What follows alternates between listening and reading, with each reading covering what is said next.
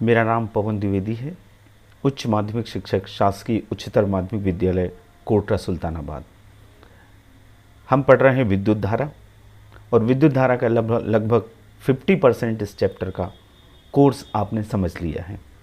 आज के इस वीडियो में हम कुछ रिवीजन करेंगे और रिवीजन में हम MCQs और न्यूमेरिकल वस्तुनिष्ठ प्रश्न और आंकिक प्रश्न करेंगे।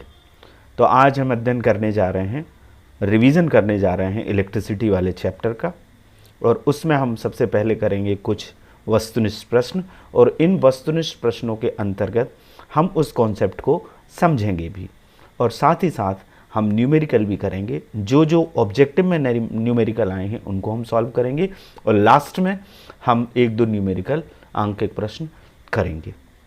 चलिए शुरू करते हैं। सबसे पहला करंट इलेक्ट्रिसिटी, इलेक्ट्रिक करंट से शुरू होती है। इसका यूनिट क्या होता है? ये 4 ऑप्शन आपके पास हैं, वोल्ट, एम्पियर, ओम और कूलाम। तो इसका सही आंसर है एम्पियर। एम्पियर इसका मात्रक होता है। ये मूल राशि है क्योंकि विद्युत धारा आवेश बटे समय, आवेश प्रवाह की दर को हम क्या कहते हैं? विद्युत धारा कहते हैं। इसका मतलब I इक्वल टू क्या होगा? Q upon T। 1 एम्पियर बराबर होगा 1 कूलाम अपॉन 1 सेकंड। इसका मतलब है यदि किसी चालक में 1 कूलाम आवेश प्रति सेकंड प्रवाहित होता है तो उसमें बहने वाली धारा क्या कहलाती है? 1 एम्पियर कहलाती है। ये हम पहले, नेक्स्ट हमारा सेकंड क्वेश्चन आ रहा है। चालकों में धारा का प्रवाह होता है, करंट का फ्लो किसके कारण होता है? प्रोटॉनों से, धनायनों से, धनायनों और ऋणायनों से, और मुक्त इलेक्ट्रॉनों के द्वारा। तो इसका सही उत्तर है मुक्त इलेक्ट्रॉन। फ्री इलेक्ट्रॉन जो होते हैं उनके द्वारा जो चालक हैं, कंडक्टर हैं, उनमें धारा का प्रवाह होता है। तीसरा प्रश्न है विद्युत वाहक बल EMF का यूनिट क्या है? EMF का यूनिट क्या है? वोल्ट है, क्योंकि EMF E इक्वल टू क्या होता है? W upon Q। जो वोल्टेज का फार्मूला है वही EMF का, विद्युत वाहक बल का फार्मूला है। इसलिए जो विभवांतर का मात्रक है वोल्ट, तो विद्युत वाहक बल का मात्रक भी क्या है? वोल्ट है। फोर्थ क्वेश्चन पर हम चलते हैं। प्रतिरोध, धारा के मार्ग में आने वाली रुकावट, इसको क्या कहते हैं? प्रतिरोध कहते हैं। प्रतिरोध का मात्रक क्या होता है? ओम होता है। संकेत इसका ये ओमेगा है। ओम का नियम क्या है? V equal to RI। तो R इक्वल टू क्या होता है? V अपॉन I, यानी V का वोल्ट, I का एम्पियर, वोल्ट अपॉन एम्पियर को हम क्या बोलते हैं? ओम बोलते हैं। तो ओम इसका यूनिट है। धारा घनत्व, ये भी हमने पढ़ा है। करंट डेंसिटी, करंट डेंसिटी का यूनिट क्या होता है? करंट डेंसिटी का यूनिट होता है एम्पियर पर मीटर स्क्वायर। क्यों होता है? क्योंकि current density J equal to होती है I अपॉन A। एकांक क्षेत्रफल में बहने वाली धारा, किसी चालक के एकांक अनुप्रस्थ परिच्छेद से बहने वाली धारा को हम धारा घनत्व कहते हैं। उसका फार्मूला है J equal to I upon A। तो I का unit ampere, A for area, तो एरिया का unit metre square. That's why current density का यूनिट होगा ampere per metre square. Sixth question हमारा है किसी चालक का ताप बढ़ाने पर उसके प्रतिरोध पर क्या प्रभाव पड़ेगा? रेजिस्टेंस पे टेम्परेचर का क्या इफेक्ट पड़ता है? क्या वो बढ़ जाएगा, घट जाएगा? कोई परिवर्तन नहीं होगा, ये ताप पर निर्भर नहीं करता। तो इसका सही आंसर है बढ़ जाएगा। क्यों बढ़ जाएगा? क्योंकि R is inversely proportional to tau. Tau क्या है? विश्रांति काल या श्रांति काल है, रिलैक्सेशन पीरियड है। जैसे ही किसी चालक का ताप बढ़ता है तो ये जो रिलैक्सेशन टाइम है ये घट जाता है, क्योंकि मुक्त इलेक्ट्रॉनों की धनायनों से टक्कर जल्दी जल्दी होने लगती है, संघट्ट बढ़ता है, तो ये घट जाता है, टाइम घटता है, इसलिए प्रतिरोध क्या हो जाता है? बढ़ जाता है। तो अल्टीमेटली टेम्परेचर इंक्रीज करने पर कंडक्टर्स का, चालक का प्रतिरोध, रेजिस्टेंस क्या हो जाएगा? बढ़ जाएगा। 7वां क्वेश्चन है, ये न्यूमेरिकल हमने किया भी है। तार को खींचकर उसकी लंबाई को दुगनी कर देने पर उसका प्रतिरोध कितना हो जाएगा? आधा, 2 गुना, 1/4 या 4 गुना? तो इसका सही उत्तर है 4 गुना। यदि हम खींच के लंबाई उसकी दुगनी करते हैं तो होता ये है कि लंबाई दुगनी करते हैं तो उसका एरिया जो है वो क्या हो जाता है? आधा हो जाता है। तो आर का फार्मूला क्या है? R is equal to rho L upon A, तो R dash is equal to क्या होगा, खींचने के बाद लंबाई दुगनी हो गई तो लंबाई की जगह 2l आ जाएगा, क्षेत्रफल आधा हो गया तो a/2 हो जाएगा, ये 2 ऊपर जाएगा तो 2 2 ज़ा 4 rho L upon A, 4 rho L upon A means 4 R dash, तो 4 गुना हो जाएगा खींच कर लंबाई को यदि हम दुगना करते हैं तो। नेक्स्ट क्वेश्चन हमारा ये है, किसी तार को मोड़कर उसकी लंबाई को दोहरा करने पर उसका प्रतिरोध कितना हो जाएगा। अब हमने दोहरा कर दिया है तो क्या ये आधा हो जाएगा, 2 गुना हो जाएगा, 1/4 हो जाएगा कि 4 गुना हो जाएगा। तो इसका सही जवाब है 1/4 हो जाएगा। उसका कारण ये है कि लंबाई को जब हम दोहरा करेंगे तो लेंथ क्या हो जाएगी L/2, लेकिन एरिया डबल हो जाएगा, दोहरा कर दिया तो वो फार्मूला जो R = रो एल बाई ए है, यहाँ रो एल की जगह रखाएगा L/2 और ए की जगह 2a, तो ये रो एल बाई 4a हो जाएगा। ये 2 नीचे आ गया, 2 2 ज़ा 4, रो एल बाई ए क्या है, R है, तो R डैश जो है वो, ये जो R डैश है ये R/4 हो जाएगा, 1/4 हो जाएगा। विशिष्ट प्रतिरोध का यूनिट, विशिष्ट प्रतिरोध यहाँ आप देख रहे हैं ऊपर रो है, रो यदि इससे हम रो निकालें तो क्या आएगा, RA/L, RA/L से हम यूनिट निकाल सकते हैं, तो यूनिट इसका आता है ओम इंटू मीटर। कैसे होता है, RA/L, R का unit ohm, RA area, area का unit metre square upon L, L का यूनिट मीटर, मीटर से 1 मीटर कैंसिल हो गया तो ओम इंटू मीटर इसका यूनिट हो जाएगा प्रतिरोधकता का, विशिष्ट प्रतिरोध या प्रतिरोधकता। 10th क्वेश्चन हमारा ये है, निम्न में से ओमीय प्रतिरोध हैं, ओमिक रेजिस्टेंस कौन कौन से हैं, संधि डायोड, तांबे का तार, LED लाइट इमिटिंग डायोड और ट्रांजिस्टर। इसका सही जवाब है तांबे का तार। ये जो बाकी की चीज़ें आपको दिख रही हैं, संधि डायोड ये अर्धचालकों से बनता है, PN जंक्शन डायोड, LED ये भी अर्धचालक से और ट्रांजिस्टर भी अर्धचालक से। ये ओम के नियम को फॉलो नहीं करते। ट्रांजिस्टर, संधि डायोड, LED सारे के सारे सेमीकंडक्टर से बने होते हैं जो ओम के नियम का पालन नहीं करते, इनको अनओमीय प्रतिरोध कहते हैं। तो इन चारों में से तांबे का तार है, ये ओमीय प्रतिरोध कहलाता है। नेक्स्ट क्वेश्चन, ताप बढ़ाने पर किसका प्रतिरोध घटता है, कम होता है। धातुओं का तो बढ़ता है, तो सही आंसर क्या होगा, अर्धचालकों का, सेमीकंडक्टर्सों का।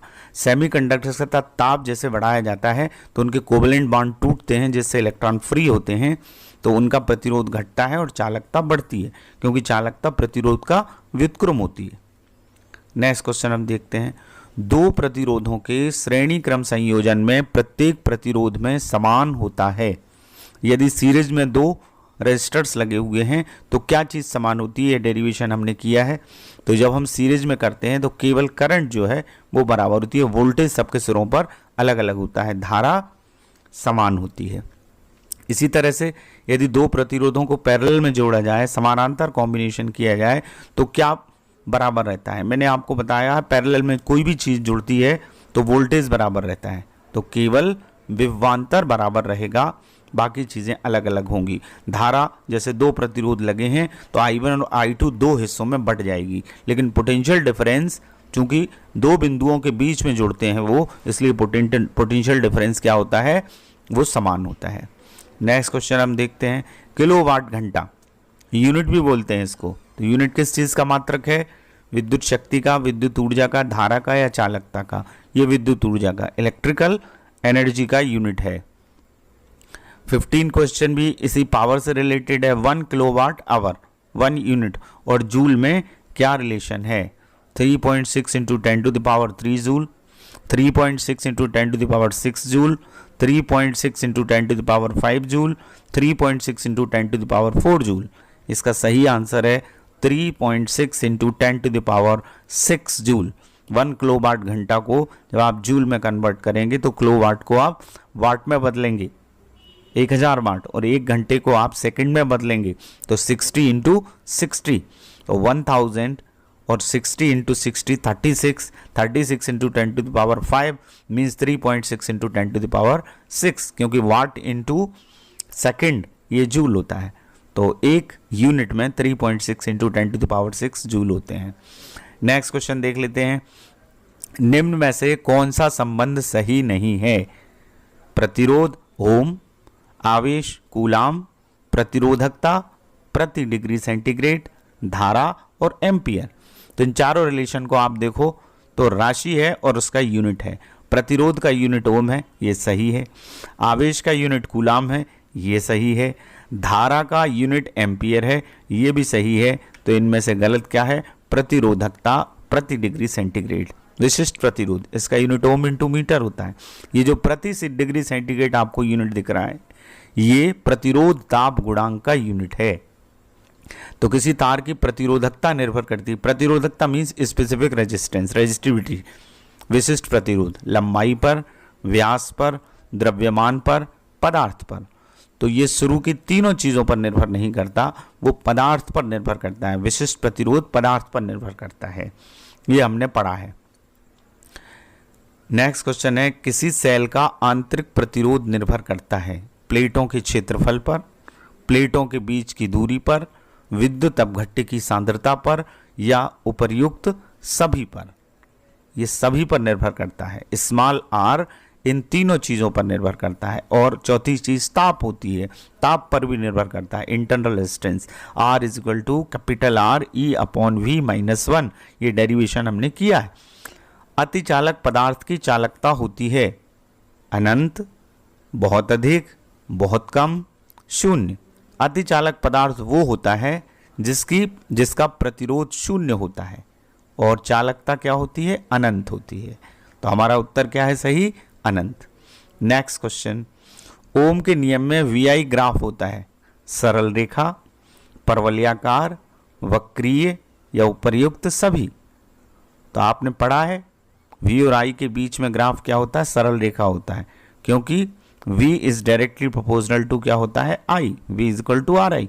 तो सरल रेखा ग्राफ आता है चालकों के लिए। ओम का नियम केवल धातु चालकों के लिए सत्य है। 21 क्वेश्चन है, कम ताप पर किसी पदार्थ की प्रतिरोधकता शून्य हो जाने की घटना को कहते हैं? ये अतिचालकता कहलाती है।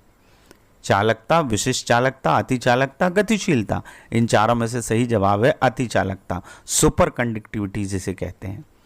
नेक्स्ट क्वेश्चन देख लेते हैं, विभव प्रवणता पोटेंशियोमीटर में हमने पढ़ी है। SI यूनिट ओम पर सेंटीमीटर है, वोल्ट है या वोल्ट मीटर है या वोल्ट इंटू सेंटीमीटर है। देखिए विभव प्रवणता होती है V/L, या यूं कहें -dV/dx। ये हमने पोटेंशियल के चैप्टर में भी पढ़ी है और पोटेंशियोमीटर में भी उसके सिद्धांत में हमने पढ़ा था। विभव मापी के तार की प्रति एकांक लंबाई में जितना विभव पतन होता है उसको कहते हैं विभव प्रवणता, या दूरी के साथ विभव परिवर्तन की जो दर, उसका ऋणात्मक मान विभव प्रवणता कहलाता है। तो ये वाला फार्मूला है, तो इससे क्या निकलेगा? वोल्ट प्रति मीटर। नेक्स्ट क्वेश्चन, अनुगमन वेग मुक्त इलेक्ट्रॉनों का, फ्री इलेक्ट्रॉन की ड्रिफ्ट वेलोसिटी कितनी होती है, किस क्रम की होती है? तो इन चारों में से 10⁴ metre per second, 10⁻⁻⁴ metre per second, 10⁻⁶ metre per second, 10⁻⁻⁶ metre per second, इसमें से सही जवाब है 10⁻⁴ मीटर पर सेकेंड। इनकी ड्रिफ्ट वेलोसिटी होती है VD। नेक्स्ट क्वेश्चन है, यदि 2 ओम के 2 प्रतिरोध समानांतर क्रम में जुड़े हैं तो परिणामी प्रतिरोध क्या होगा? तो समानांतर क्रम संयोजन में 2 प्रतिरोध समानांतर क्रम में आप जानते हैं 1/R इज इक्वल टू होता है 1/R1 प्लस 1/R2। ये तो 2 ओम के लगे हैं, 2 ओम के 2 प्रतिरोध हैं, तो 1/2 प्लस 1/2, तो ये हो जाएगा 2/2, तो ये आ जाएगा 1। तो 1/1 मीन्स R की वैल्यू क्या आएगी? 1। समानांतर क्रम में व्युत्क्रम के योगफल के बराबर होता है। कौन सा कथन इनमें से सही है? 4 कथन यहाँ हैं। पहला है धारा सदिश है, धारा घनत्व अदिश है। करंट वेक्टर क्वांटिटी है और करंट डेंसिटी स्केलर है। दूसरा है धारा अदिश है, धारा घनत्व सदिश है। दोनों सदिश हैं, दोनों अदिश हैं। तो आपको पता है धारा अदिश राशि है और धारा घनत्व सदिश राशि है। धारा अदिश राशि जरूर है, लेकिन इसकी दिशा बताते हैं हम सर्किट में। परंपरागत रूप से इसकी दिशा धनात्मक आवेश की दिशा में होती है, या यूं कहें इलेक्ट्रॉनों के बहने की विपरीत दिशा में। और जिस दिशा में धारा की दिशा होती है उसी में धारा घनत्व की दिशा भी होती है। J होता है, वेक्टर क्वांटिटी है। नेक्स्ट क्वेश्चन है, आपको 1 ओम के 3 प्रतिरोध दिए गए हैं, तो इनके संयोजन से न्यूनतम प्रतिरोध प्राप्त किया जा सकता है, सबसे कम कितना कर सकते हैं? तो इसका आंसर 1 ओम, 1/2 ओम, 3 ओम या 1/3 ओम। तो इसका आंसर है 1/3 ओम। लेकिन इसको कैसे करेंगे? न्यूनतम प्रतिरोध किससे निकलता है? रेसिप्रोकल से, समानांतर क्रम से। पार्श्व क्रम में जब हम लगाएंगे तो कितने हैं? 1 ओम के हैं 3 प्रतिरोध। तो इक्वेशन हमारा होगा 1/R equals to 1/R1 plus 1/R2 plus 1/R3। तो 1/R होगा 1/1 प्लस 1/1 प्लस 1/1। तो ये हो जाएगा 1/R is equal to 1 plus 1 plus 1, LCM 1 आ गया, 3/1। इसको पलटाएंगे तो 1/3। इस तरह से 1/3 मिनिमम आप निकाल सकते हैं, उनको पैरेलल में आपको लगाना पड़ेगा। नेक्स्ट क्वेश्चन देख लेते हैं। 12 ओम प्रतिरोध का एक तार एक वृत्त के रूप में मोड़ दिया जाता है, सर्कुलर इसको मोड़ दिया जाता है, तो इसके व्यास के किनारों पर प्रतिरोध कितना होगा? 3 ओम, 6 ओम, 9 ओम या 12 ओम? इसका आंसर है 3 ओम।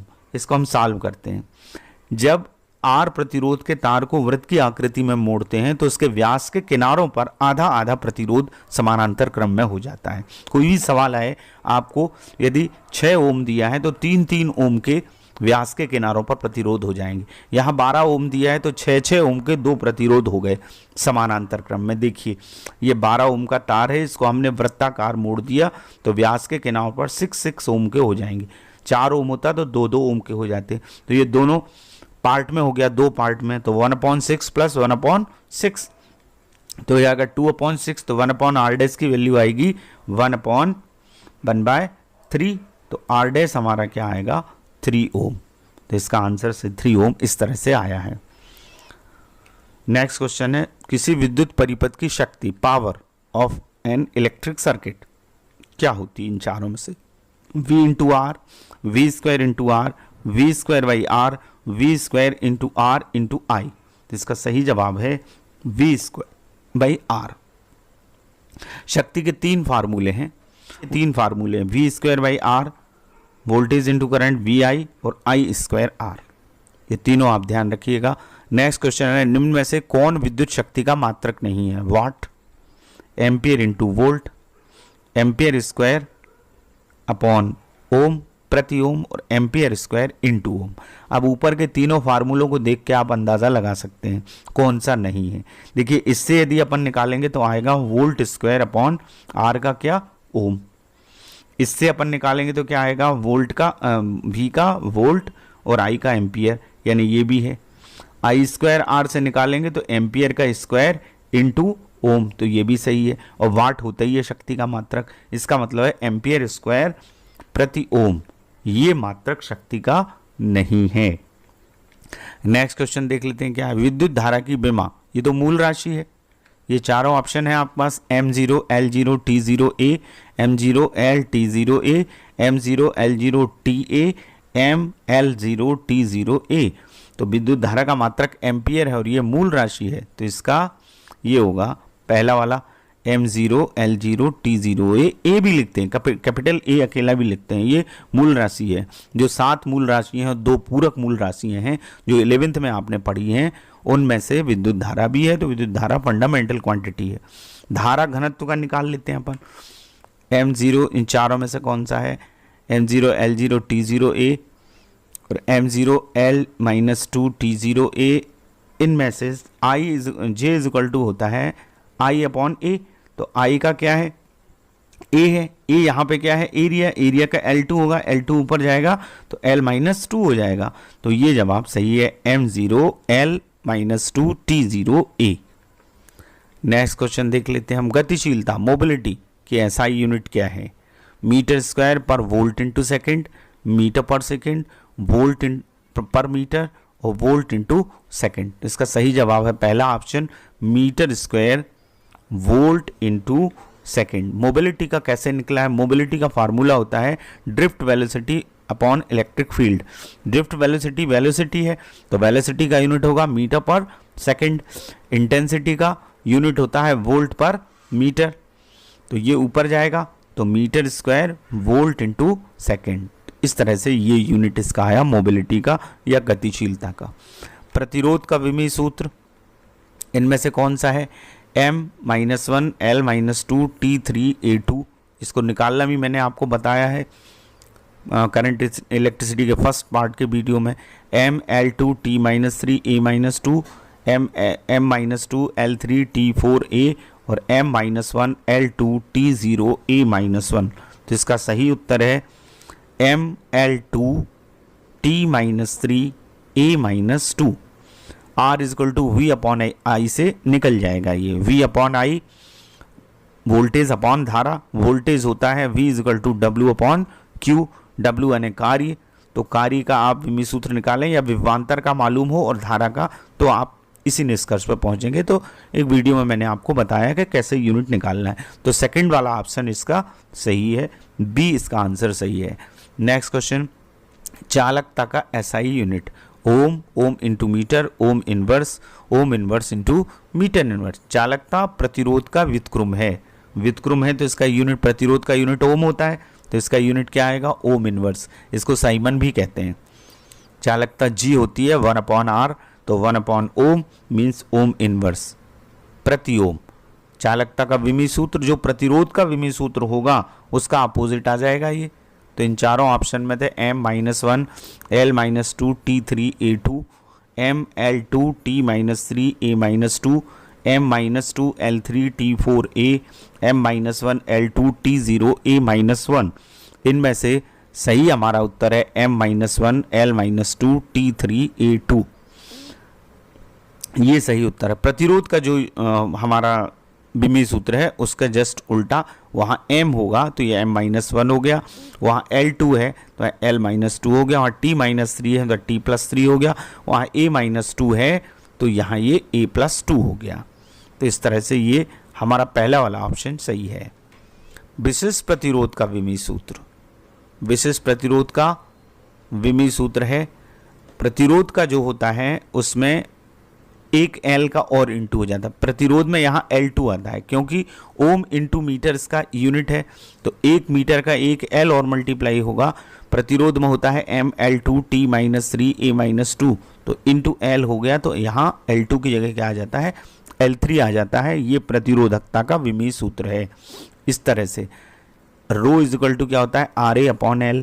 R का विमीय सूत्र क्या है? ML2 T-3 A-2। ए का क्या होगा? L2 और इस L का कैपिटल L। एक L से हम इस L को कैंसिल करेंगे और इस L का इस L2 में इंटू करेंगे तो L की पावर क्या आएगी? 3। ML3 T-3 A-2। तो इस तरह से हमारा ये प्रतिरोधकता या स्पेसिफिक रेजिस्टेंस का यूनिट आ गया। 49th, विशिष्ट चालकता का विमीय सूत्र। तो जो चालकता विशिष्ट प्रतिरोध का व्युत्क्रम होता है विशिष्ट चालकता, तो यहाँ देखिए विमीय सूत्र आया M, इसका अपोजिट हो जाएगा। ये देखिए M के यहाँ +1 है तो यहाँ -1, यहाँ +3 है तो यहाँ -3, यहाँ T के ऊपर -3 है, यहाँ T के ऊपर +3, यहाँ A के ऊपर -2 है और ये A के ऊपर 2 है। ये सारी राशियाँ जो करंट इलेक्ट्रिसिटी में हैं वो एक दूसरे से रिलेटेड हैं। अब विशिष्ट प्रतिरोध का जो रेसिप्रोकल है वो विशिष्ट चालकता है, व्युत्क्रम है, सिग्मा इजइक्वल टू 1/ρ है। तो जो इसका हमारा विमीय सूत्र है वही इसका अपोजिट कर दीजिए। प्रतिरोध का व्युत्क्रम चालकता होता है, तो जो प्रतिरोध का आएगा विमीय सूत्र उसका अपोजिट क्या हो जाएगा?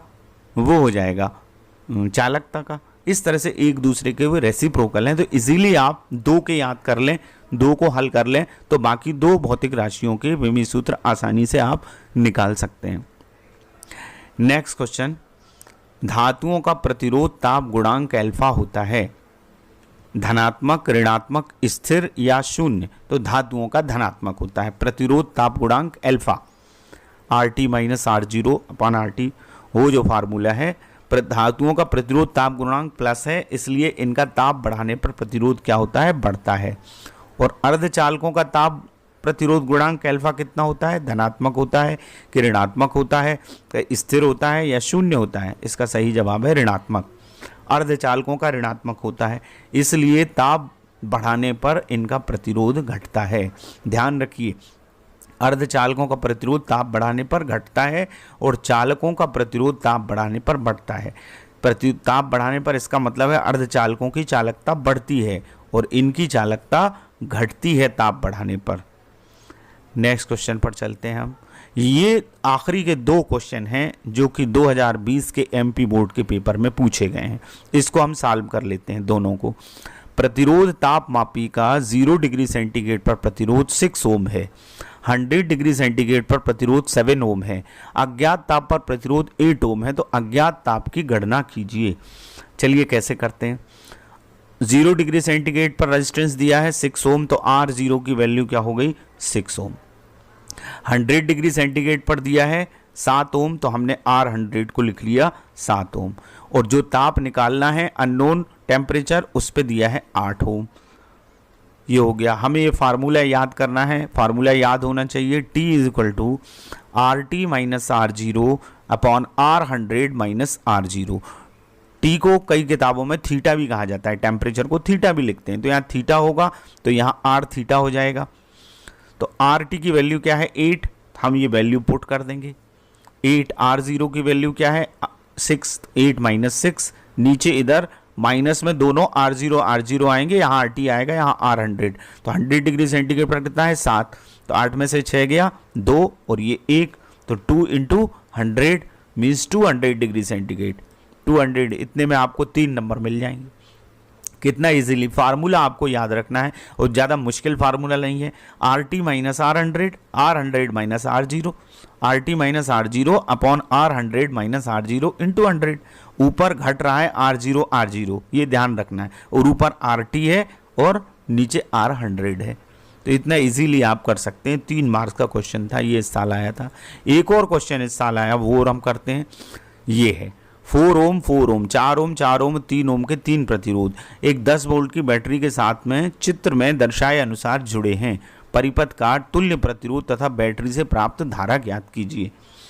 तो हमको क्या करना है, ये है हमारा जो क्वेश्चन आया इस साल के एग्जाम में।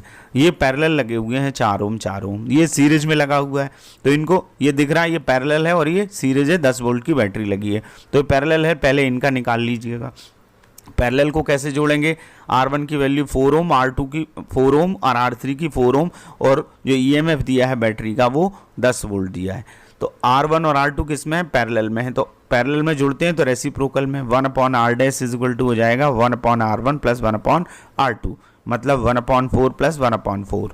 LCM 4 आ गया तो 2/4, 2/4 2 से कट गया तो R' की वैल्यू आ गई 2। अब R' जब आ गया तो R' और 3 ओम का प्रतिरोध इस किस में हो गए, ये सीरीज में हो गए, ये श्रेणी क्रम में हो गए। जो R' हमारी वैल्यू आई और R3 वो किस में हो गए, सीरीज में। तो इन दोनों का टोटल हो जाएगा सीरीज में, सीधे सीधे जोड़ते हैं तो R आ जाएगा R' + R3। R' की वैल्यू 2 हम लेके आए, R3 की वैल्यू क्या दी है, ये 3 दी हुई है, तो 2 + 3 क्या हो जाएगा 5 ओम। अब इसमें आधा हिस्सा और है, क्या निकालना है, बैटरी से प्राप्त धारा। तो ओम का नियम है V = RI, I = V/R, या EMF अपॉन रेजिस्टेंस। तो EMF हमारा I = क्या हो जाएगा E/R। EMF हमको दिया है 10 वोल्ट, टोटल रेजिस्टेंस हमारा क्या आ गया 5, तो 10/5, तो I की वैल्यू क्या आ जाएगी 2 एम्पियर। तो इस तरह से हमने एग्ज़ाम में जो इस साल आए हैं वो सवाल भी करे जो करंट इलेक्ट्रिसिटी से रिलेटेड थे। तो बच्चों आज आपने करंट इलेक्ट्रिसिटी विद्युत धारा चैप्टर 3 के कुछ प्रश्नों की पुनरावृत्ति वस्तुनिष्ठ प्रश्नों और आंकिक प्रश्नों के माध्यम से की। अब आप अपने शिक्षक शिक्षिकाओं के मार्गदर्शन में अध्ययन करिएगा और हमारा घर हमारा विद्यालय की समय सारणी के अनुसार अध्ययन करिएगा। Thank you very much.